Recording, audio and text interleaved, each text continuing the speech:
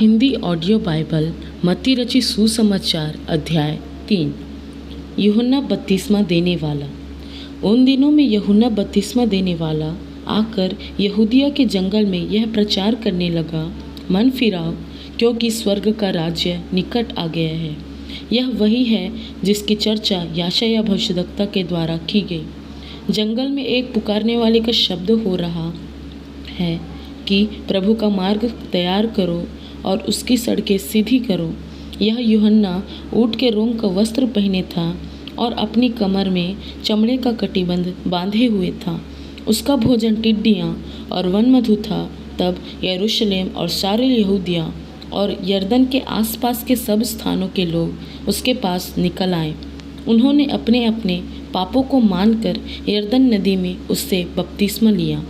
जब उसने बहुत से फरीसियों और सदूकियों को बपतिस्मा के लिए अपने पास आते देखा तो उसने कहा, हे साप के बच्चों, तुम्हें किसने जता दिया कि आने वाले क्रोध से भागो? इसलिए मन फिराव के योग्य फल लाओ और अपने अपने मन में यह न सोचो कि हमारा पिता अब्राहम है, क्योंकि मैं तुमसे कहता हूँ कि परमेश्वर इन पत्थरों से अब्राहम के संतान उत्पन्न कर सकता है। अब कुल्हाड़ा पेड़ों की जड़ पर रखा हुआ है, इसलिए जो पेड़ अच्छा फल नहीं लाता वह काटा और आग में झोंका जाता है।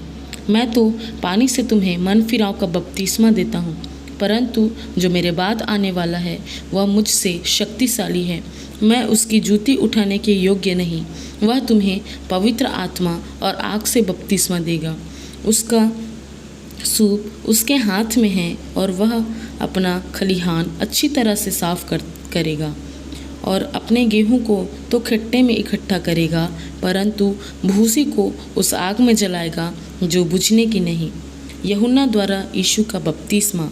उसी समय यीशु गलील से यरदन के किनारे यूहन्ना के पास उससे बपतिस्मा लेने आया, परंतु यूहन्ना यह कहकर उसे रोकने लगा, मुझे तो तेरे हाथ से बपतिस्मा लेने की आवश्यकता है और तू मेरे पास आया है। यीशु ने उसको यह उत्तर दिया, अब तो ऐसा ही होने दे, क्योंकि हमें इसी रीति से सब धार्मिकता को पूरा करना उचित है। तब उसने उसकी बात मान ली और यीशु बपतिस्मा लेकर तुरंत पानी में से ऊपर आया और देखो, उसके लिए आकाश खुल गया और उसने परमेश्वर के आत्मा को कबूतर के समान उतरते और अपने ऊपर आते देखा। और देखो, यह आकाशवाणी हुई, यह मेरा प्रिय पुत्र है जिससे मैं अत्यंत प्रसन्न हूँ।